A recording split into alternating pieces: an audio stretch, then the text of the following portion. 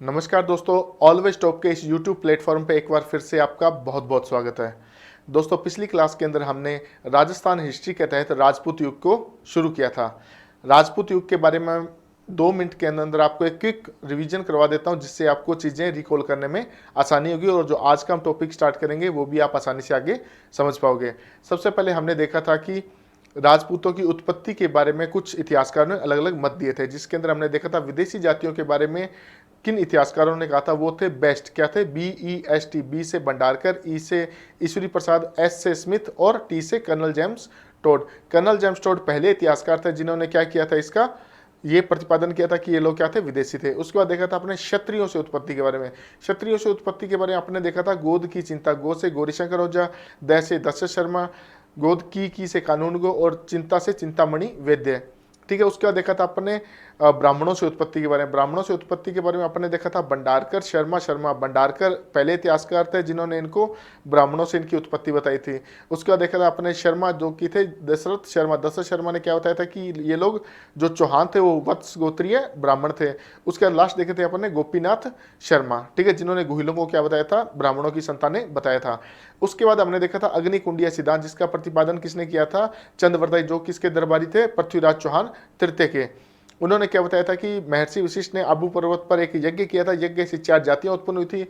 वो थी प्रतिहार, परमार, चालुक्य व चौहान। इन्हीं को क्या कहा जाता है, अग्निकुंडीय जातियां। इस चीज का समर्थन मुणोत, नैन्सी व सूर्यमल मिश्र ने किया था तथा दशरथ शर्मा ने इसका अपोज किया था।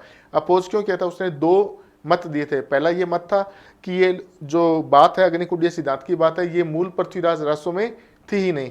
जब इसके बेटे चंद्रवरदाई के बेटे जलहन ने इसको पूरा किया था, उस टाइम पे इसने क्या किया था, ये चीज लिखी थी। नंबर 2 बात, एक बिजोलिया शिलालेख मिला था जिसके अंदर स्पष्ट रूप से लिखा गया था कि चौहान है, जो अजमेर के चौहान है, वो क्या है, वत्स गोत्रीय ब्राह्मण है। तो इसने 2 मत दिए थे। उसके बाद अपने पढ़ा था त्रिपक्षीय संघर्ष। त्रिपक्षीय संघर्ष में हमने देखा था 647 के अंदर कन्नौज के अंदर हर्षवर्धन नाम का एक राजा था जिसकी मृत्यु हो जाती है। मृत्यु होने के पश्चात क्या होता है कि 3 शक्तियां, राजस्थान से गुर्जर प्रतिहार, बंगाल से पाल वंश व महाराष्ट्र से राष्ट्रकूट वंश, इनकी युद्ध शुरू हो जाता है। इनको जीतने के लिए इसका पहला युद्ध होता है, वो कौन जीतता है, गुर्जर प्रतिहार वंश। व अंतिम युद्ध भी कौन जीतता है, गुर्जर प्रतिहार वंश। इस प्रकार से ये गुर्जर प्रतिहार वंश था, ये राजस्थान का वंश था। इसलिए हम क्या करते हैं, आज शुरू करेंगे गुर्जर प्रतिहार वंश के बारे में पढ़ना। देखिए, गुर्जर प्रतिहार वंश। किसी भी वंश को जब अपन पढ़ना शुरू करते हैं तो सबसे पहले अपने को यह पता होना चाहिए कि उनकी उत्पत्ति कैसे हुई थी, या उनका जो फर्स्ट एविडेंस मिलता है, पहला साक्ष्य मिलता है, वो उनके बारे में क्या क्या चीजें बताता है। किसी भी वंश के बारे में अगर अपन पढ़ेंगे तो अपने को क्या देखना है, इनकी उत्पत्ति कैसे होती है। तो अपन देखते हैं उत्पत्ति के कहां से स्रोत मिलते हैं। देखिए, इनकी क्या बात कर रहे हैं, उत्पत्ति। उत्पत्ति के बारे में इनका एक शिलालेख मिलता है। शिलालेख कहाँ मिलता है, जोधपुर में। कहाँ मिलता है, जोधपुर में। उस शिलालेख का नाम क्या था, गठियाला शिलालेख। क्या था, गठियाला शिलालेख। गठियाला शिलालेख में क्या लिखा हुआ था कि एक हरीशचंद्र रोहिल्लाद्य नाम का एक राजा था। वो क्या था, ब्राह्मण शासक था, ब्राह्मण राजा था। उसकी एक पत्नी थी, पत्नी का क्या नाम था, भद्रा, जो कि क्या थी, एक क्षत्रिय थी। ठीक है। गठियाला शिलालेख जो कि जोधपुर में मिला था, वहां पे क्या लिखा होता है कि एक हरिश्चंद्र रोहिल्लाद्य नाम का एक राजा था जो कि ब्राह्मण था, उसकी पत्नी थी भद्रा। ठीक है, वो क्या थी, क्षत्रिय थी। इनसे क्या हुई, इनकी 4 संतानें उत्पन्न हुई। जब इनकी शादी होगी तो उनसे 4 संतानें पैदा हुई। कौन कौन सी हुई, पहली थी भोग भट्ट। क्या थी, भोग भट्ट। दूसरी थी कट्टक। क्या थी, कट्टक। तीसरी थी रज्जिल। क्या थी, रज्जिल। और 4th नंबर क्या थी, दह। ठीक है। कितनी संतानें पैदा हुई थी, 4। अपने को याद रखनी है सिर्फ रज्जिल, क्योंकि रज्जिल था ना, इसने क्या किया, मंडोर विजय की और यहां पे क्या की थी, गुर्जर प्रतिहार वंश की स्थापना की थी। गुर्जर प्रतिहार वंश की स्थापना की थी। समझ गए इतनी बात। अपन क्या देख रहे हैं, इनकी उत्पत्ति। जोधपुर के अंदर क्या मिला था, एक गटियाला शिलालेख मिला था। शिलालेख के ऊपर क्या लिखा हुआ था कि हरिश्चंद्र रोहिल्लादेव नाम का एक ब्राह्मण शासक था, उसकी पत्नी थी जो कि भद्रा थी। भद्रा क्या थी, एक क्षत्राणी थी या फिर क्षत्रिय परिवार से संबंधित थी। उनसे इनकी 4 संतानें पैदा हुई। कौन कौन सी, भोगभट, कट्टक, रज्जिल व दह। जो रज्जिल है वही अपने को याद रखना, बाकी चीजें अपने को नहीं याद रखनी है, ठीक है। तो जो रज्जिल है उसने क्या किया था, मंडोर विजय की और वहां पे गुर्जर प्रतिहार वंश की स्थापना की थी, ठीक है। इतनी चीजें अपन ने अब तक पढ़ी हैं। यहां से अगर क्वेश्चन पूछा जाएगा तो क्या क्वेश्चन पूछा जा सकता है। सबसे पहला क्वेश्चन, गटियाला शिलालेख में किस वंश की जानकारी मिलती है, किस वंश की जानकारी मिलती है, गुर्जर प्रतिहार वंश की। दूसरा क्वेश्चन क्या पूछा जा सकता है कि गटियाला शिलालेख कहां से प्राप्त हुआ था, तो कहां से प्राप्त हुआ था, जोधपुर से। उसका तीसरा क्वेश्चन क्या पूछा जा सकता है, गुर्जर प्रतिहार वंश का संस्थापक कौन है, तो संस्थापक कौन हो जाएगा, रज्जिल।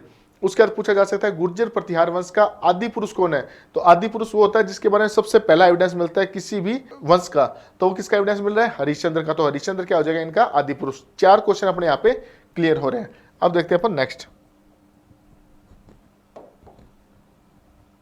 देखिए, अपन जब भी पढ़ना शुरू करते हैं इनके बारे में, गुर्जर प्रतिहार वंश के बारे में, तो इनकी वंशावली होती है कि वंश, इनका बेटा, इसका बेटा, इसका बेटा, इसका बेटा। तो वो वंशावली कहां से शुरू होती है, तो इनकी वंशावली शुरू होती है रज्जिल से ही। वंशावली शुरू कहां से होती है, रज्जिल से ही, ठीक है। अब ये जो रज्जिल है इसका एक पोता था, क्या था, पोता, जिसका नाम था नागभट्ट प्रथम, नागभट्ट फर्स्ट, ठीक है। इसने क्या की थी, मेड़ता विजय कर ली थी, मेड़ता विजय कर ली और इसको क्या बना लिया, अपनी राजधानी। क्या बना लिया, राजधानी। उसके बाद इसने क्या किया, ये चला गया कहां पे, भीनमाल। भीनमाल कहां पे है, जालोर में। जब ये भीनमाल गया तो वहां पे एक राजा शासन कर रहा था। पहले कौन सा राजा शासन कर रहा था, चावड़ा वंश का शासक था। क्या नाम था, चावड़ा वंश का शासक था। इसको इसने क्या किया, हरा दिया। हराने के बाद कब्जा कहां हो गया, भीनमाल में। तो भीनमाल में इसने क्या की, अपनी दूसरी जो ब्रांच होती है, मतलब गुर्जर प्रतिहार वंश की स्थापना कर दी थी। गुर्जर प्रतिहार वंश की स्थापना कर दी थी। समझ गए इतनी बात कि इनकी वंशावली कहां से शुरू होती है, रज्जिल से शुरू होती है। रज्जिल का पोता था नागभट्ट फर्स्ट। नागभट्ट ने क्या किया था, मेड़ता विजय की थी। मेड़ता विजय करने के बाद में उसको क्या बना लिया था, अपनी राजधानी बना लिया था। उसके बाद ये कहां चला गया था, भीनमाल। भीनमाल जाने के बाद इसने क्या किया, वहां पे एक चावड़ा वंश का शासक था जो वहां पे शासन कर रहा था, उसको ये क्या करता है, हरा देता है। हराने के बाद क्या करता है, वहां पे भी गुर्जर प्रतिहार वंश की स्थापना कर देता है। तो इस प्रकार से अपन देखें इनकी कितनी ब्रांचें होगी, 2। पहली शाखा कौन सी होगी, मंडोर शाखा। दूसरी कौन सी हो जाएगी, भीनमाल शाखा, ठीक है। तो इस पेज से क्या क्या क्वेश्चन बन सकते हैं बेसिकली अगर अपन देखें तो। सबसे पहले देखेंगे कि गुर्जर प्रतिहार वंश के किस शासक ने मेड़ता को प्रथम अपनी राजधानी बनाया था, तो कौन सा शासक हो जाएगा, नागभट्ट प्रथम। दूसरी बात, भीनमाल में गुर्जर प्रतिहार वंश की स्थापना किसने की थी, तो किसने की थी, नागभट्ट प्रथम ने ही की थी, ठीक है। इसके साथ साथ ये माना जाता है कि गुर्जर प्रतिहार वंश है वो शक्तिशाली कहां से होता, भीनमाल जाने के बाद में, ठीक है। तो ये जो नागभट्ट फर्स्ट है इसको क्या बोला जाता है, गुर्जर प्रतिहार वंश का वास्तविक संस्थापक। क्या बोला जाता है, वास्तविक संस्थापक, वास्तविक संस्थापक। अब देखिए, अगर क्वेश्चन ये पूछा जाए गुर्जर प्रतिहार वंश की स्थापना किसने की थी, तो वो किसने की है, रज्जिल ने। अगर ये पूछा जाए कि गुर्जर प्रतिहार वंश की भीनमाल में किसने स्थापना की थी, तो वो किसने की है, नागभट्ट फर्स्ट ने। अगर ये क्वेश्चन पूछा जाए कि गुर्जर प्रतिहार वंश का वास्तविक संस्थापक कौन है, तो वो कौन हो जाएगा, नागभट्ट फर्स्ट, ठीक है। तो इससे लगभग 3 से 4 क्वेश्चन यहां से बन रहे हैं। जितने भी पेज, जितनी भी चीजें मैं आपको पढ़ाता जाऊंगा उनसे रिलेटेड जितने क्वेश्चन बन सकते हैं वो भी मैं आपको साथ के साथ यहां से बताता जाऊंगा, ठीक है। अब देखते हैं अपन नेक्स्ट। नागभट्ट जो नागभट्ट फर्स्ट, ठीक है, इसका बेटा था, क्या था, तात। तात क्या करता है, मंडोर पे शासन करने लग जाता है, मंडोर का शासक बन जाता है। और नागभट्ट कहां चला गया था, नागभट्ट चला गया था भीनमाल। कहां चला गया था, भीनमाल। उसका बेटा है, क्या है, बेटा कौन है, तात। ये कहाँ शासन करने लग जाता है, मंडोर का शासक बन जाता है, मंडोर पे शासन करने लग जाता है। अब इस तात का एक बेटा आता है और उसका नाम होता है कुवक। क्या नाम है, कुवक। कुवक ने 3 काम किए थे। क्या क्या काम किए थे, 3 काम किए थे। पहला काम क्या किया, जब ये मेड़ता को छोड़ के चला गया था नागभट्ट, तो इस मेड़ता पे क्या है, किसी और का शासन होने लग गया था, कोई और ने जीत लिया था इसको और वहां पे कोई और राजा बन गया था। तो कुवक ने सबसे पहला काम क्या किया, मेड़ता को वापस विजय किया, मेड़ता विजय की, ठीक है। दूसरा इसने क्या काम किया, जोधपुर में, कहा, जोधपुर में 3 गटियाला शिलालेख बनाए, 3 गटियाला शिलालेख बनवाए। ये वही गटियाला शिलालेख है जिनसे अपने को इनकी जानकारी मिल रही है कि हरिश्चंद्र रोहिल्ला नाम का राजा हुआ करता था, ठीक है। वो जानकारी मिल रही है कौन से गटियाला शिलालेख से, और वो बनवाया किसने था, कुवक ने। तीसरा काम क्या किया था इसने, मंडोर के अंदर विजय जय स्तंभ बनाया था। क्या बनाया था, मंडोर में जय स्तंभ। होगी 3 चीजें क्लियर। नागभट्ट कहाँ चला गया था, भीनमाल, तो नागभट्ट का बेटा तात कहाँ पे शासन करने लगा था, मंडोर। मेड़ता खाली हो चुका था तो मेड़ता पे और कोई शासन करने लग गया था। तात का बेटा था कुवक। कुवक ने 3 काम किए थे। क्या क्या काम किए थे, पहले तो उसने मेड़ता विजय की, दूसरा इसने क्या काम किया, जोधपुर के अंदर 3 गटियाला शिलालेख बनवाए थे, और तीसरा काम क्या किया इसने, मंडोर के अंदर जय स्तंभ का निर्माण करवाया था, ठीक है। अब यहाँ से जो जो क्वेश्चन पूछे जा सकते हैं आप खुद समझ सकते हैं कि जोधपुर के अंदर गटियाला शिलालेख किसने बनवाए थे, तो कुवक ने बनवाए थे। मंडोर के अंदर जय स्तंभ किसने बनाया था, तो कुवक ने बनाया था। और बस इतने से क्वेश्चन इसके अंदर से, इस पेज के अंदर से पूछे जा सकते हैं, ठीक है। अब देखते हैं नेक्स्ट। अब अपन पढ़ते हैं राजाओं के बारे में डायरेक्ट। इतने, ये था इंट्रोडक्शन इनके बारे में कि कौन किसका बेटा था, किसका बेटा नहीं था। अब अपन डायरेक्ट बात करते हैं राजाओं के बारे में। तो इनका जो प्रतापी राजा, पहला राजा था वो था कौन, नागभट्ट फर्स्ट। क्या था, नागभट्ट फर्स्ट। नागभट्ट फर्स्ट के बारे में जो पहली बात आती है वो ये आती है कि नागभट्ट के दरबार को, किसको, नागभट्ट के दरबार को नागावलोक कहते थे। क्या कहते थे, नागावलोक कहते थे। पहली चीज आपको यह पता होनी चाहिए। दूसरी बात, नागभट्ट को क्या कहते थे, इसका वास्तविक संस्थापक भी कहते हैं। क्या कहते हैं, वास्तविक संस्थापक भी कहते हैं।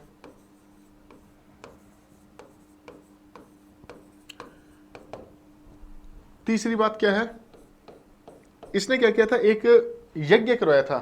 किसने, नागभट्ट ने। उस यज्ञ का नाम क्या था, हरिण्य गर्भ यज्ञ करवाया था, जिसमें इसने क्या किया था, महाराष्ट्र का एक वंश था राष्ट्रकूट। क्या था, राष्ट्रकूट। उसके शासक दंती दुर्ग को बुलाया था। दंती दुर्ग को निमंत्रण दिया था या फिर बुलवाया था। 3 चीजें होगी इसके बारे में। पहली चीज क्या है, नागभट्ट के दरबार को क्या कहते हैं, नागावलोक कहते हैं। दूसरी चीज यह है गुर्जर प्रतिहार वंश का वास्तविक संस्थापक है। उसका तीसरी बात क्या है, इसने एक यज्ञ करवाया था, हरिण्य गर्भ यज्ञ, ठीक है, जिसके अंदर इसने आमंत्रित किया था या निमंत्रण दिया था, किसको, राष्ट्रकूट के शासक दंती दुर्ग को, ठीक है। 3 चीजें होगी। अब इसके अंदर देखते हैं थोड़ी सी इंपॉर्टेंट चीज, वो क्या हो जाती है, एक प्रशस्ति है जिसका नाम क्या है, ग्वालियर प्रशस्ति। क्या नाम है, ग्वालियर प्रशस्ति। ग्वालियर प्रशस्ति के अंदर क्या लिखा हुआ है कि 739 ईस्वी के अंदर, 739 ईस्वी के अंदर क्या है कि जो अरब आक्रमणकारी थे वो क्या कर रहे थे, बार बार राजस्थान पे, इंडिया पे अटैक कर रहे थे, ठीक है। तो 739 ईस्वी के अंदर नागभट्ट फर्स्ट के टाइम पे अरब आक्रमणकारियों ने क्या किया था, यहाँ पे हमला किया था। जब हमला किया तब ये गुर्जर प्रतिहार वंश की तरफ से नागभट्ट फर्स्ट ने मदद मांगी किससे? बप्पा रावल से। अपन बप्पा रावल के बारे में जब अपन मेवाड़ वंश पढ़ेंगे, गुहिल वंश पढ़ेंगे, तो उसके अंदर देखेंगे कि बप्पा रावल भी एक शासक था। बप्पा रावल से क्या करते हैं? मदद मांगते हैं। और ये दोनों मिलकर, कौन? नागभट्ट फर्स्ट और बप्पा रावल, दोनों मिलकर अरब आक्रमणकारियों को खूब पटक पटक के पीटते हैं, खूब मारते हैं, उनको दबा के पीटते हैं, उनको इतना मारते हैं कि इनको मारते मारते इनके पूरे अपने ही देश में ले जाते हैं और वहां जाके भी इनको हरा देते हैं। तो ये बात कहाँ लिखी हुई है? ग्वालियर प्रशस्ति में। ग्वालियर प्रशस्ति में क्या लिखा हुआ है? बप्पा रावल प्लस नागभट्ट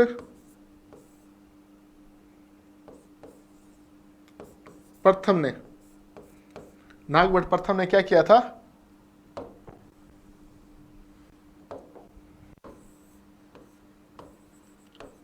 अरब आक्रमणकारियों को मारकर भगाया था, मारकर भगाया था। यह बात कहां लिखी हुई है? ग्वालियर प्रशस्ति के अंदर। क्या लिखी हुई है कि 739 ईस्वी के अंदर बप्पा रावल व नागभट्ट फर्स्ट ने अरब आक्रमणकारियों को पीट पीट के मार मार के वापस उनके देश में भगाया था और उनके देश में भी जाके उनको हरा के आए थे। ठीक है, कहां लिखी हुई ये बात? ग्वालियर प्रशस्ति के अंदर। ठीक है, उस टाइम पे जो अरब आक्रमणकारी होते थे या जो बाहर के आक्रमणकारी हुआ करते थे, उनको क्या बोला जाता था? मल्लेच्छा। ठीक है, सिंपल सा आरएस में भी क्वेश्चन पूछा जा सकता है कि मल्लेच्छा क्या है। ठीक है, तो मल्लेच्छा क्या है? बाहरी आक्रमणकारी, जो मुस्लिम आक्रमणकारी होते थे, उनको क्या बोलते थे? मल्लेच्छा। ठीक है, तो लोगों ने क्या किया? इसने क्या किया था? मल्लेच्छों को मारा था नागभट्ट फर्स्ट ने। तो लोगों ने नागभट्ट फर्स्ट को उपाधि क्या दी? मल्लेच्छों का संहारक या संहारक या फिर मारने वाला। ठीक है, इसको उपाधि क्या दी? मल्लेच्छों का संहारक प्लस नारायण की उपाधि। क्या दी? नारायण की उपाधि दी। इतनी चीजें क्लियर होगी कि मल्लेच्छा क्या होता है? विदेशी आक्रमणकारी होती हैं। विदेशी आक्रमणकारियों को मारने वाला या फिर मल्लेच्छों को मारने वाला या मल्लेच्छों का संहारक प्लस नारायण की उपाधि किसे दी जा रही है? ग्वालियर प्रशस्ति के अंदर नागभट्ट फर्स्ट को। इसके साथ साथ अब नागभट्ट फर्स्ट ने को तो उपाधि मिल गई, अब बप्पा रावल रह गए। तो बप्पा रावल को क्या उपाधि मिली थी? हिंदुआ सूरज की। क्या मिली थी? बप्पा रावल को कौन सी उपाधि मिली है? हिंदुआ सूरज की। हिंदुआ सूरज की। अपन पढ़ेंगे जब मेवाड़ वंश पढ़ेंगे तो उसके देखेंगे इनको हम क्या बोले थे? हिंदुआ सूरज। वो कहते हैं ना, हिंदुआ सूरज दीवान कट है, वो महाराणा प्रताप कट है। ठीक है, वो गाने में सुना होगा आपने। तो वो हिंदुआ सूरज किसको बोला जाता था? बप्पा रावल को। बप्पा रावल को उपाधि कब मिली थी? 739 ईस्वी के अंदर, जब इसने मलेच्छों को मारा था, अरब आक्रमणकारियों को मार मार के भगाया था। ठीक है, इतनी चीज होगी क्लियर। देखो, अपने को नागभट्ट फर्स्ट के बारे में पढ़े। नागभट्ट फर्स्ट के बारे में अपने को 4 बातें याद रखनी है। पहली बात क्या याद करनी है कि इसके दरबार को क्या कहा जाता था? नागावलोक कहा जाता था। दूसरी बात अपने को क्या याद रखनी है कि इसको वास्तविक संस्थापक कहा जाता है गुर्जर प्रतिहार वंश का। ठीक है, तीसरी बात इसके अंदर अपने को क्या याद करनी है कि इसने एक यज्ञ करवाया था। कौन सा यज्ञ करवाया था? हिरण्य गर्भ यज्ञ, जिसके अंदर इसने क्या किया था? राष्ट्रकूट, जो कि महाराष्ट्र का एक वंश था, उसके शासक दंतीदुर्ग को क्या दिया था? आमंत्रित किया था इसके अंदर। चौथी बात क्या याद करनी है अपने को कि एक ग्वालियर प्रशस्ति है, उसके अंदर क्या लिखा हुआ है कि 739 ईस्वी के अंदर नागभट्ट फर्स्ट व बप्पा रावल ने अरब आक्रमणकारियों को मार के भगाया था। चूंकि उस टाइम पे अरब आक्रमणकारियों को या बाहरी आक्रमणकारियों को क्या बोला जाता था? मल्लेच्छा। इसलिए नागभट्ट फर्स्ट को क्या उपाधि मिली? मल्लेच्छों का संहारक या फिर मल्लेच्छों का मारने वाला प्लस नारायण की उपाधि। और इसके साथ साथ बप्पा रावल को क्या उपाधि मिलती है? उसके अंदर हिंदुआ सूरज की। ठीक है, तो नागभट्ट हो गया कंप्लीट। ऐसे करते करते इसके 6 या 7 राजा हैं। अपन ऐसे करते करते एक क्लास के अंदर सारे राजा खत्म कर लेंगे, एक एक दो रिवीजन कर लेंगे, इससे आपको चीजें याद हो जाएगी। आप भी अगर नोट्स बना रहे हो तो इसी फॉर्म में बना लेना, ज्यादा कहानियां लिखने की जरूरत नहीं है, क्योंकि क्वेश्चन आएंगे तो डायरेक्ट यहीं से उठ के आ जाएंगे। ठीक है, अब देखते हैं अपन नेक्स्ट राजा आता है इसे इनका, वो कौन है? वत्सराज। क्या नाम है? वत्सराज। देखिए, वत्सराज है, इसकी पहले देखते हैं उपाधियां। क्या देखते हैं, उपाधियां। तो इसकी उपाधियां क्या है, रणहस्तिन और सम्राट की उपाधि मिली हुई है इसको। किसकी, रणहस्तिन व सम्राट की उपाधि मिली हुई है। मैंने आपको बताया था त्रिपक्षीय संघर्ष हुआ था, 150 साल तक चला था। पहला युद्ध किसने जीता था, गुर्जर प्रतिहार वंश ने। तो जो पहला युद्ध जीता था वो इसी वत्सराज ने ही जीता था। तो इसके बाद देख लेते हैं विशेष क्या बात है इसकी, क्यों अपन इसको पढ़ रहे हैं। तो विशेष क्या बात हो जाएगी इसके अंदर कि इसने त्रिपक्षीय संघर्ष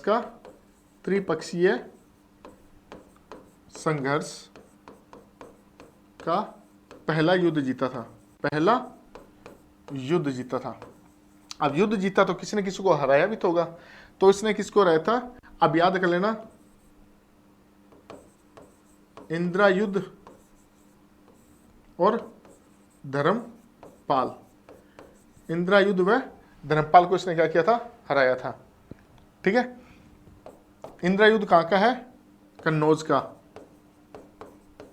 और धर्मपाल कहां का है, बंगाल का, यानी कि पाल वंश का। पाल लग रहा है तो पाल वंश का। अब इसको याद कैसे करोगे, ईडी को हराया था इसने। किसको हराया था, ईडी को। वत्सराज ने किसको हराया है, ईडी को हराया। होगी चीजें क्लियर। देखिए अपने क्या पढ़ा, रणहस्तिन के बारे में अब तक अपन 2 चीजें पढ़ चुके हैं। सबसे पहले इसकी उपाधि क्या है, रणहस्तिन, व की दूसरी उपाधि कौन सी हो जाएगी, सम्राट। दूसरी चीज क्या देखिए, इसने क्या किया था, त्रिपक्षीय संघर्ष का युद्ध जीता था पहले वाला। ठीक है, तो उसके अंदर इसने किसको हराया था, ईडी को। ई से क्या हो जाएगा, इंद्रायुध, और डी से क्या हो जाएगा, धर्मपाल। इंद्रायुध कहाँ का था, कन्नौज का, और धर्मपाल कहाँ का था, बंगाल का ही था। इतनी चीज क्लियर। अब देखते हैं अपन इसके दरबारी के बारे में। देखिए ये क्या करता था, जैन धर्म को आश्रय दिया करता था। जैन धर्म को आश्रय दिया करता था। ठीक है, अब ये बात कैसे पता लगे कि ये जैन धर्म को आश्रय दिया करता था। तो सबसे पहली बात तो इसके बारे में पता लगती है ये कि इसने ओसिया के अंदर, ओसिया कहाँ पे, जोधपुर में, ओसिया में महावीर जैन का मंदिर बनाया था। किसका, महावीर जैन का मंदिर बनाया था। दूसरी बात, इसके दरबारी थे 2। ठीक है, 2 दरबारी कौन कौन हो जाएंगे इसके, पहला था उद्योतन सूरी, और दूसरे हो जाएंगे जिनसेन सूरी।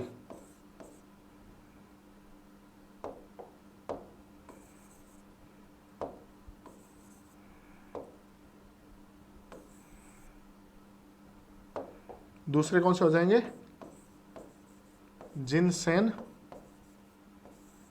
सूरी।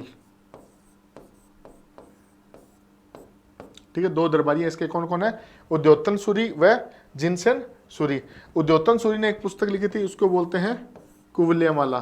क्या है, कुवलयमाला।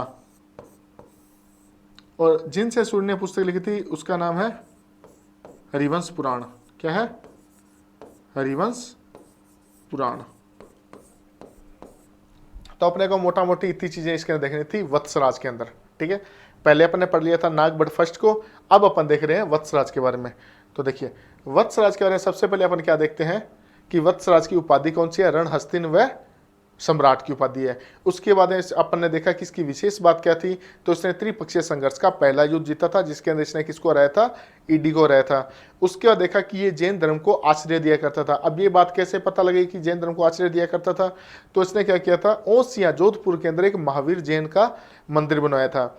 उसके साथ साथ इसने क्या किया था, इसके 2 दरबारी हुआ करते थे। वो 2 दरबारी कौन थे, उद्योतन सूरी व जिनसेन सूरी। उद्योतन सूरी ने कुवलयमाला ग्रंथ की रचना की थी, व जिनसेन सूरी ने हरिवंश पुराण की रचना की थी। ठीक है, इतनी चीजें अपने को वत्सराज के अंदर पढ़नी है। अब वत्सराज से रिलेटेड क्या क्या क्वेश्चन आ सकते हैं, पहला क्वेश्चन यहाँ से मिल सकता है, कौन सा सम्राट है जिसको रणहस्तिन व सम्राट की उपाधि मिली थी, यहाँ से क्वेश्चन पूछा जा सकता है। दूसरी चीज, त्रिपक्षीय संघर्ष का पहला युद्ध किस शासक ने जीता था, तो किसने जीता था, वत्सराज ने। उसके बाद ये पूछा जा सकता है कि महावीर जैन जी का मंदिर कहाँ स्थित है, जो कि वत्सराज ने बनाया था, वो कहाँ पे स्थित है, ओसिया के अंदर स्थित है। उसके बाद पूछ लिया जाएगा कि उद्योतन सूरी व जिनसेन सूरी किसके दरबारी थे, तो किसके दरबारी थे, वत्सराज के दरबारी थे। उसके बाद पूछा जा सकता है कि कुवलयमाला ग्रंथ की रचना किसने की थी, तो किसने की है, उद्योतन सूरी ने की है।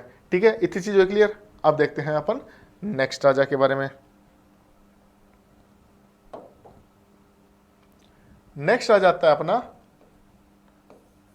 नागभट्ट सेकंड। क्या है? नागभट्ट सेकंड, जिसका क्या है नाम, क्या है पेट नेम क्या है, या फिर अपन जिसको निक नेम बोलते हैं वो क्या है, इसका नाम आम नाम है। ठीक है, इसकी उपाधि या फिर इसका उपनाम क्या है? आम। आम बोला जाता है इसको। सिंपल सा क्वेश्चन पूछा जाएगा, आम नाम से किस शासक को याद किया जाता है, तो वो कौन है? नागभट्ट सेकंड। ठीक है, इसके बारे में देखिए, इसके बारे में विशेष क्या बात थी।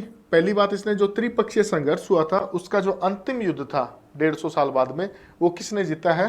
नागभट्ट सेकंड ने। अब कुछ लोग पूछेंगे कि सर आपने वो तो पढ़ाया नहीं कि इससे पहले वाले राजाओं के बारे में, तो भाई वो लखड़े नहीं थे, उन्होंने कोई ढंग के काम नहीं किए होंगे, इसी वजह से अपन इनको नहीं पढ़ रहे हैं, या अपने एग्जाम में नहीं पूछा जाने वाला, इसीलिए अपन इनको नहीं पढ़ रहे हैं। जितना पूछा जाने वाला है उतना ही अपन पढ़ाएंगे। अपने को इनके बही बाट नहीं बनना है कि इनकी पूरी पूरी हिस्ट्री अपने इनकी कुंडली निकाले बैठ रहे हैं कि इसका बेटा कौन था, इसका बेटा कौन था। ठीक है, अपने को सिर्फ एग्जाम में जो क्वेश्चन आएंगे वही अपने को याद करने हैं। तो नागभट्ट सेकंड, इसने क्या किया था? पहली बात, त्रिपक्षीय संघर्ष का अंतिम युद्ध जीता था। अंतिम युद्ध जीता था। ठीक है, अब अंतिम युद्ध में किस किस को हरा रहा है ये? उसने किसको हराया था? ईडी को। ये किसको हरा रहा है? सीडी को। ये किसको हरा रहा है? सी डी को। सी से क्या हो जाएगा? चक्रा युद्ध। चक्रा युद्ध। और चक्रा युद्ध ये कहाँ का है शासक है? कन्नौज का ही। उसके बाद डी से क्या हो जाएगा? वापस धर्मपाल। उनका भी आगे कोई धर्मपाल शासक आ गया होगा, धर्मपाल। और ये कहाँ का है? ये भी कहाँ का है? पाल वंश का शासक है। ठीक है, इतनी चीज होगी याद। अब जब इसने बंगाल के शासक धर्मपाल को हराया था तो इसने क्या किया था? धर्मपाल की जो एक राजधानी थी मुंगेर, क्या थी? मुंगेर। इस पे भी क्या कर लिया था? अपना कब्जा कर लिया था। ठीक है, कब्जा कर लिया। अब देखो, ये है अपना भारत। ठीक है, यहाँ पे क्या है? राजस्थान। यहाँ पे क्या है? कन्नौज। यहाँ पे क्या है? बंगाल। बंगाल की राजधानी यहाँ पे मुंगेर। अब इसने कहा जब मुंगेर पे ही कब्जा कर लिया तो इधर राजस्थान से लेके इतना पूरा का पूरा एरिया अब किसके पास आ गया था? गुर्जर प्रतिहार वंश के पास में। इसी वजह से ही इसका जो टाइम पीरियड था ना, उस टाइम पे जो गुर्जर प्रतिहार वंश था वो सबसे शक्तिशाली कौन सा राजवंश हुआ करता था? गुर्जर प्रतिहार वंश हुआ करता था। किसके टाइम पे? नागभट्ट सेकंड के टाइम पे। ठीक है,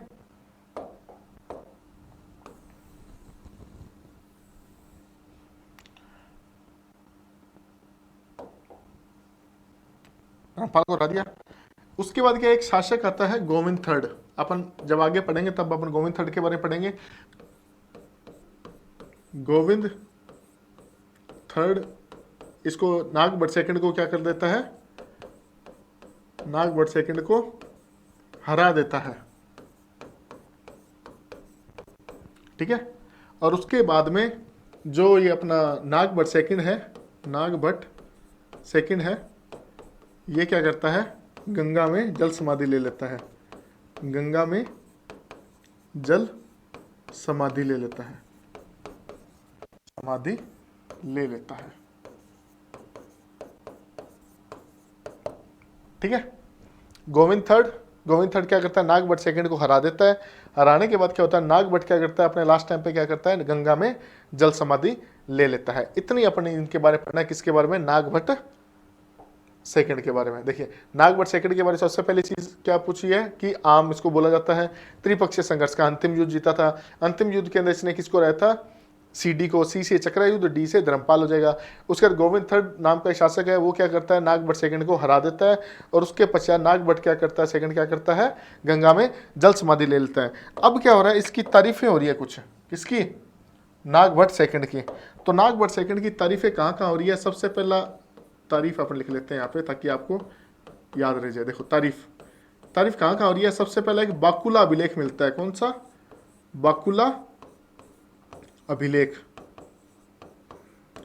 उस अभिलेख में क्या लिखा हुआ है? उस अभिलेख में नागभट्ट सेकंड को उपाधियां दी हुई है। क्या क्या उपाधियां दी हुई है? परम भट्टाकर, परमेश्वर व राजाधिराज।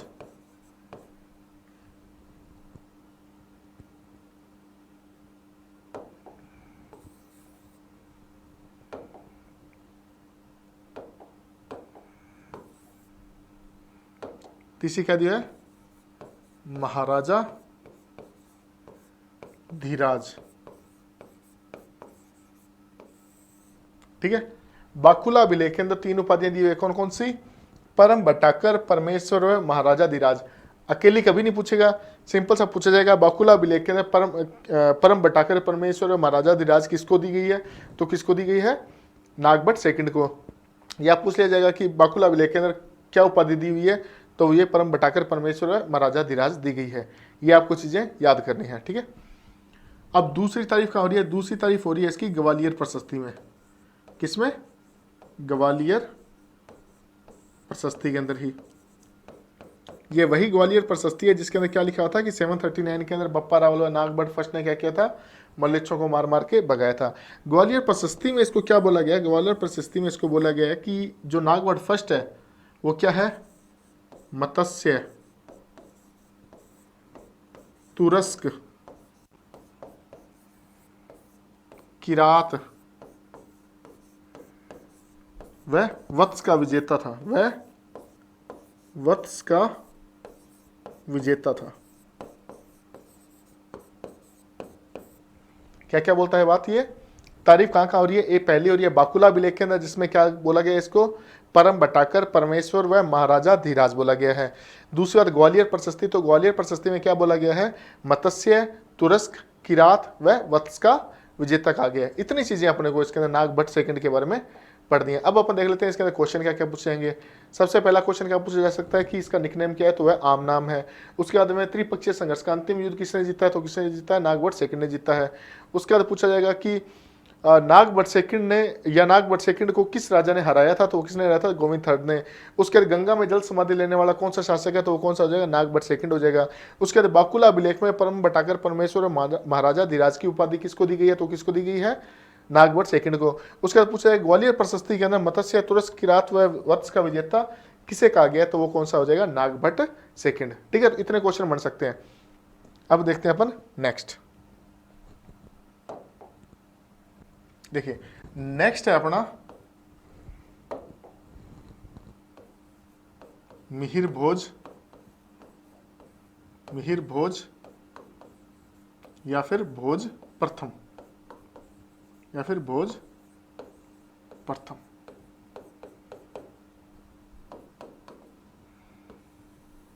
जो मिहिर भोज था उसके पिता का नाम क्या था, रामभद्र। मिहिर भोज के पिता का क्या नाम है, रामभद्र। इतने अपन ने राजा पढ़े, उनके पिता के बारे में अपन नहीं पढ़ा, नहीं पढ़ा। इसकी वजह थी क्योंकि उनके पिता का कोई मतलब नहीं था, अपने को पढ़ना जरूरी भी नहीं था। यहाँ पे अपन क्यों पढ़ रहे हैं, क्योंकि मिहिर भोज ने क्या किया था, अपने ही पिता की क्या कर दी थी, हत्या कर दी थी। ठीक है, तो जो ये रामभद्र है, पिता रामभद्र की क्या कर दी थी, रामभद्र की हत्या कर दी थी। किसने, मिहिर भोज ने कर दी थी। इसी वजह से ही मिहिर भोज को क्या कहा जाता है, गुर्जर प्रतिहार वंश का, गुर्जर प्रतिहार वंश का क्या कहते हैं, पितृहंता। पितृहंता मतलब पिता को मारने वाला। अब ये क्वेश्चन बनता है बहुतों कि गुर्जर प्रतिहार वंश का पितृहंता कौन है, तो वो कौन हो जाएगा, मिहिर भोज या फिर भोज प्रथम। इसी वजह से अपन ने पढ़ा है किसको, रामभद्र को। ठीक है, पहली चीज। दूसरी चीज, इसकी उपाधि क्या है, इसकी उपाधि है वराह व प्रभास की, वराह व प्रभास की। ठीक है, क्या है, वराह व प्रभास की। इसके साथ साथ गुर्जर प्रतिहार वंश का जो स्वर्ण काल कहलाता है वो मिहिर भोज का ही टाइम पीरियड कहलाता है। गुर्जर प्रतिहार वंश का स्वर्ण काल कौन सा वंश कहलाता है, कौन सा टाइम पीरियड कहलाता है इसका, गुर्जर प्रतिहार वंश का स्वर्ण काल कहलाता है। किसका, मिहिर भोज का टाइम पीरियड। ठीक है, उसके बाद देखते हैं क्यों कहलाता है, क्योंकि इसने क्या किया था, श्री मदा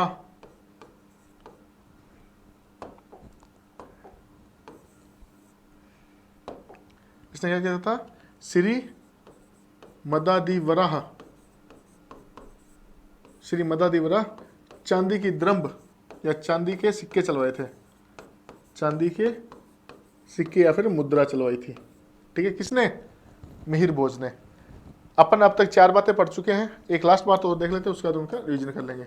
चौथी बात क्या है? एक ईरानी इतिहासकार था। ईरानी क्या था? इतिहासकार था, जिसका नाम था सुलेमान।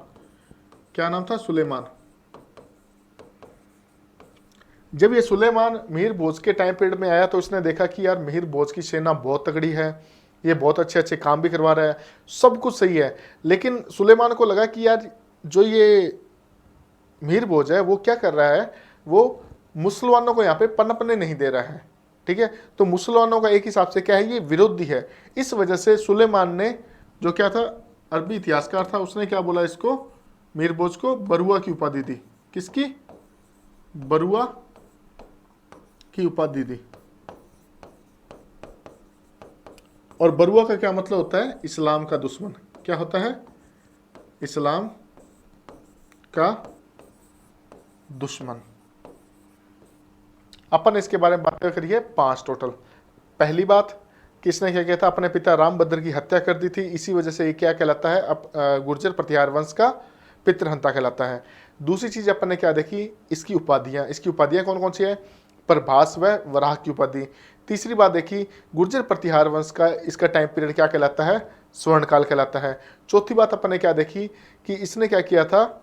अपने टाइम पीरियड के अंदर श्री मदादी वराह नामक के चांदी के सिक्के चलवाए थे। चौथी बात अपन ने क्या देखी? पांचवी बात क्या देखी अपन ने कि एक इतिहासकार था जिसका नाम था सुलेमान, वो इसके टाइम पीरियड में यहाँ पे आया और आने के बाद इसको क्या उपाधि देता है? बरुआ की उपाधि देता है। और बरुआ का मतलब क्या होता है? इस्लाम की दीवार या फिर इस्लाम का दुश्मन। ठीक है, अब इसके अंदर से क्या क्या क्वेश्चन पूछे जा सकते हैं? पहला, गुर्जर प्रतिहार वंश का पितृहंता कौन है? तो वो कौन है? मिहिर भोज। उसके अंदर वराह व प्रभास की उपाधि से किसको जाना जाता है? तो किसको जाना जाता है? मिहिर भोज को। उसके बाद गुर्जर प्रतिहार वंश का स्वर्णकाल किसका टाइम पीरियड कहलाता है? तो कहलाता है मिहिर भोज का। श्री मदादी वराह चांदी के सिक्के किसने चलवाए थे? तो मिहिर भोज ने चलवाए थे।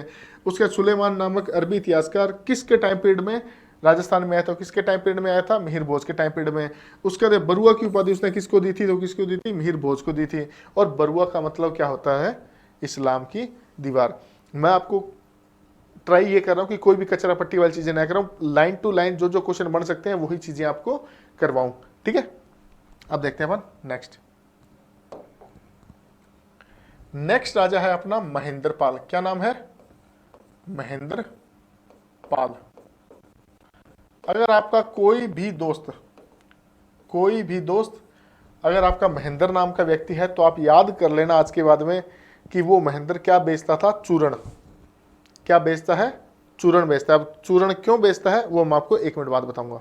ठीक है, सबसे पहले कोई भी अपना दोस्त, यार, दोस्त, मित्र जो भी है ना, उनको याद कर लो महेंद्र नाम का बंदा, उसको दिमाग में बिठा लो कि हाँ ये महेंद्र नाम का बंदा है और ये क्या बेचता है? चूर्ण बेचता है। ठीक है, सबसे पहले अपन बात करते हैं इसकी उपाधियों के बारे में। क्या क्या उपाधि? तो इसने क्या कौन सी उपाधियां धारण की थी जो नागभट्ट सेकंड को मिली थी? कौन कौन सी? पहली कौन सी थी? परमेश्वर, परम भट्टाकर व महाराजा धीराज।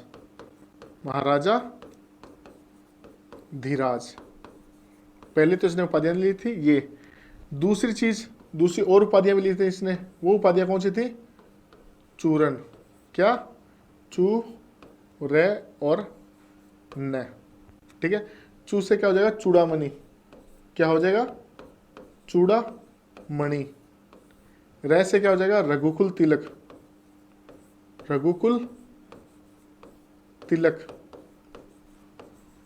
और न से क्या हो जाएगा? निर्भय राजा। क्या हो जाएगा? निर्भय राजा।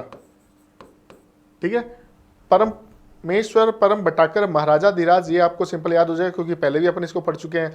उसके बाद अपन क्या याद रखना है? महेंद्र नाम का हमारा जो भी दोस्त है वो क्या बेचता है? चूर्ण।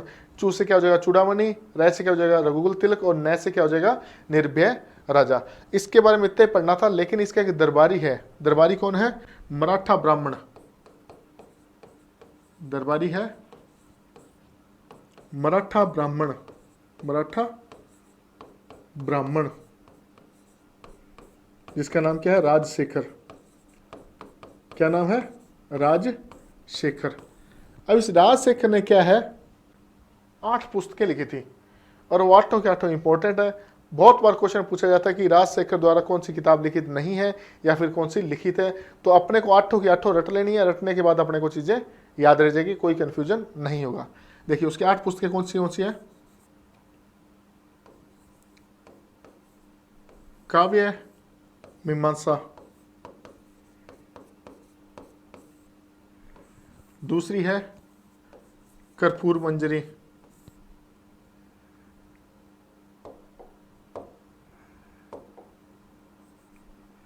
दूसरी कौन सी हो जाएगी, कर्पूर मंजरी। तीसरी हो जाएगी भुवन कोश, क्या है, भुवन कोश।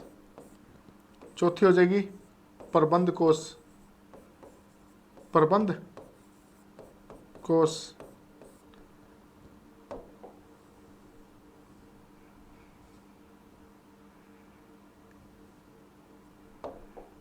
उसके बाद कौन सी हो जाएगी, बाल भारत। फिर हो जाएगी बाल रामायण।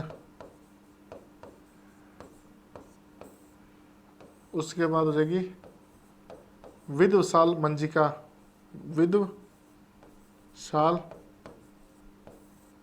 मंजिका। और लास्ट कौन सी होगी, हरविलास। क्या हो जाएगी, हरविलास।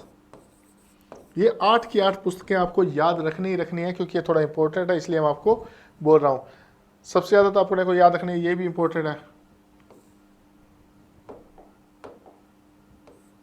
इंपॉर्टेंट, क्योंकि इसका आगे भी काम में आएगी। ठीक है, अब इनको याद कैसे करना है, देखो ये चीजें आपको याद रह जाएगी, बाल भारत और बाल रामायण तो आपको याद रह जाएगी, विदुशाल मंजिका और हरविलास आपको याद करनी है। ये जो चीजें 4, काव्य, कर्पूर, भुवन व प्रबंध, इनको आप ऐसे याद कर लेना कि राजशेखर नाम का एक दरबारी हुआ करता था। वो क्या करता था, हाथ पे कपूर रख के क्या क्या करता था, काव्य लिखा करता था, और साथ में भवनों का क्या किया करता था, प्रबंध किया करता था। होगी 3 चीजें क्लियर, क्यों क्या करता था, काव्य मीमांसा, कर्पूर मंजरी, भुवन कोश, प्रबंध कोश। होगी 3 चीजें क्लियर। अपने को 8 काटे चीजें याद रखनी है। अब देखते हैं अपन नेक्स्ट राजा के बारे में। देखिए अब अपन बात करते हैं महिपाल फर्स्ट के बारे में। महिपाल फर्स्ट के टाइम पे एक व्यक्ति आया था, यात्री आया था, जिसका नाम था अल मसूदी। क्या नाम था, अल मसूदी। इसने क्या किया था, जब ये भारत में आया, राजस्थान में आया, तो इसने क्या किया था, भारत की हवाओं के ऊपर शोध किया था। ठीक है, भारत की हवाओं के ऊपर शोध किया था, और शोध करने के बाद इसने क्या किया था, भारत की जो हवाएं थी उनके बारे में एक वर्ड दिया था। वो वर्ड क्या था, मौसिम। क्या था, मौसिम। और इस मौसिम से ही अपना शब्द बना है मौसम और मॉनसून।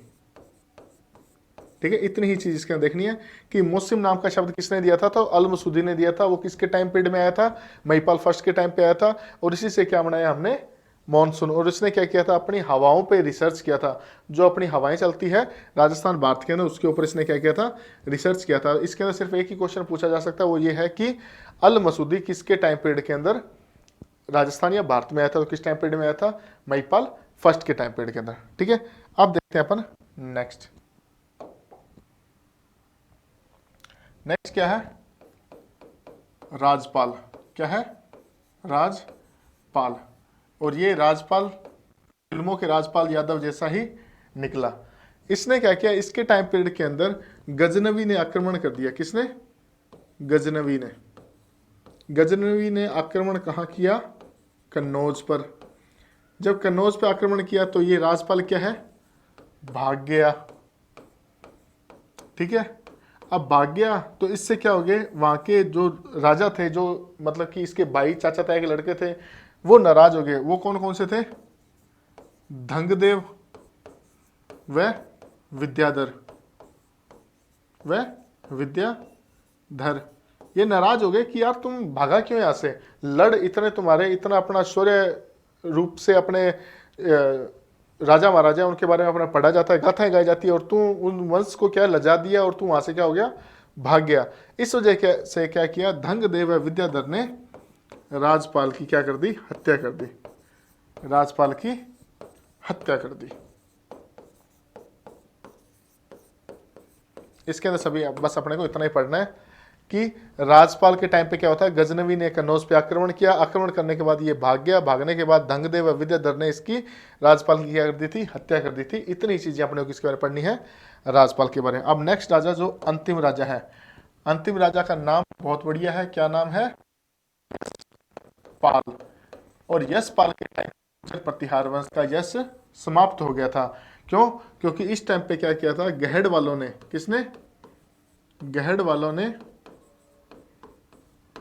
कन्नौज पर विजय कर ली थी, कन्नौज पर विजय कर ली थी। इस हिसाब से अपन देखा जाए तो यशपाल क्या हो जाएगा, गुर्जर प्रतिहार वंश का अंतिम शासक हो जाएगा। क्या हो जाएगा, अंतिम शासक। ठीक है, तो यही क्या होता है, अपना गुर्जर प्रतिहार वंश समाप्त होता है। इतने ही राजा इनके बारे में पढ़ना है। उसके बाद अपन स्थापत्य के अंदर जब पढ़ेंगे, कल्चर के अंदर पढ़ेंगे, तब अपन इनके द्वारा बनाए गए थोड़े बहुत मंदिर हैं वो अपने को अलग से पढ़ने पड़ेंगे। बाकी गुर्जर प्रतिहार वंश में इससे अलावा शायद कोई क्वेश्चन नहीं मिलेगा। एक चीज और बता देता हूँ आपको, जो शिलालेख वगैरह है ना, उनके अंदर गुर्जर प्रतिहार वंश के जो पदाधिकारी हुआ करते थे उनको क्या बोला जाता था, राजपुरुष। क्या, पदाधिकारियों को राजपुरुष कहा जाता था, राजपुरुष कहा जाता था। बस इतनी ही चीजें इनके बारे में पढ़नी है अपने को, गुर्जर प्रतिहार वंश के बारे में। सारी चीजें मैंने डिटेल से आपको बताई है, एक एक दो बार उनका रिवीजन भी करवाया है। आपका बस काम ये है, जैसा मैंने इस बोर्ड पे लिखा है ना, ये देखो, जितना भी मैं पीछे अगर जाता जाऊं, जैसा जैसा मैंने पेज पे लिखा है वैसा के वैसे ही राजाओं के बारे में आपको लिखनी है चीजें, वैसा के वैसे ही आपको पढ़ना है। गारंटी लेता हूं आप एक बार पढ़ोगे इतने में आपको चीजें याद हो जाएगी, क्योंकि मैंने यहाँ पे दो दो तीन तीन बार खुद ने बोला है, तो वो चीजें आपके दिमाग में बैठ भी जाएगी। ठीक है, आप इनको एक बार पढ़िएगा, ऐसे ही नोट्स बनाइएगा। उसके बाद में मैं ट्राई करूंगा, जैसे ही अपनी एक बार हिस्ट्री खत्म हो जाएगी तो हर एक टॉपिक के इंपॉर्टेंट 100 या फिर 50 या फिर 25 ऐसे क्वेश्चंस की अपने एक सीरीज शुरू करेंगे, जिससे क्या है कि आपको उस पर्टिकुलर टॉपिक की अच्छे से पकड़ बन जाएगी। ठीक है, तो आज का टॉपिक अपना यही खत्म होता है। गुर्जर प्रतिहार वंश अपने कंप्लीट किया है। कल अपन पढ़ेंगे चौहान वंश के बारे में। चौहान वंश को अपन ट्राई करेंगे 2 क्लासेस के अंदर खत्म करने की। उसके बाद चौहान वंश से आगे अलग अलग वंश थे उनके बारे में पढ़ते जाएंगे, और धीरे धीरे करते अपन क्या करेंगे 25 से 30 क्लास के अंदर पूरा जो मिडल हिस्ट्री है उसको अपन खत्म कर देंगे। उसके बाद ज़्यादा से ज़्यादा 3 या 4 क्लासेज लगेगी अपनी मॉडर्न हिस्ट्री कवर करने। मान के चलिए 30 से 35 क्लास के अंदर अपने पूरा हिस्ट्री का चैप्टर खत्म हो जाएगा। उसके बाद अपन साथ साथ में अपनी क्या चल रही है, कल्चर की भी क्लासेस चल रही है। ठीक है, तो आज की क्लास को यहीं समाप्त करते हैं। Thank you so much.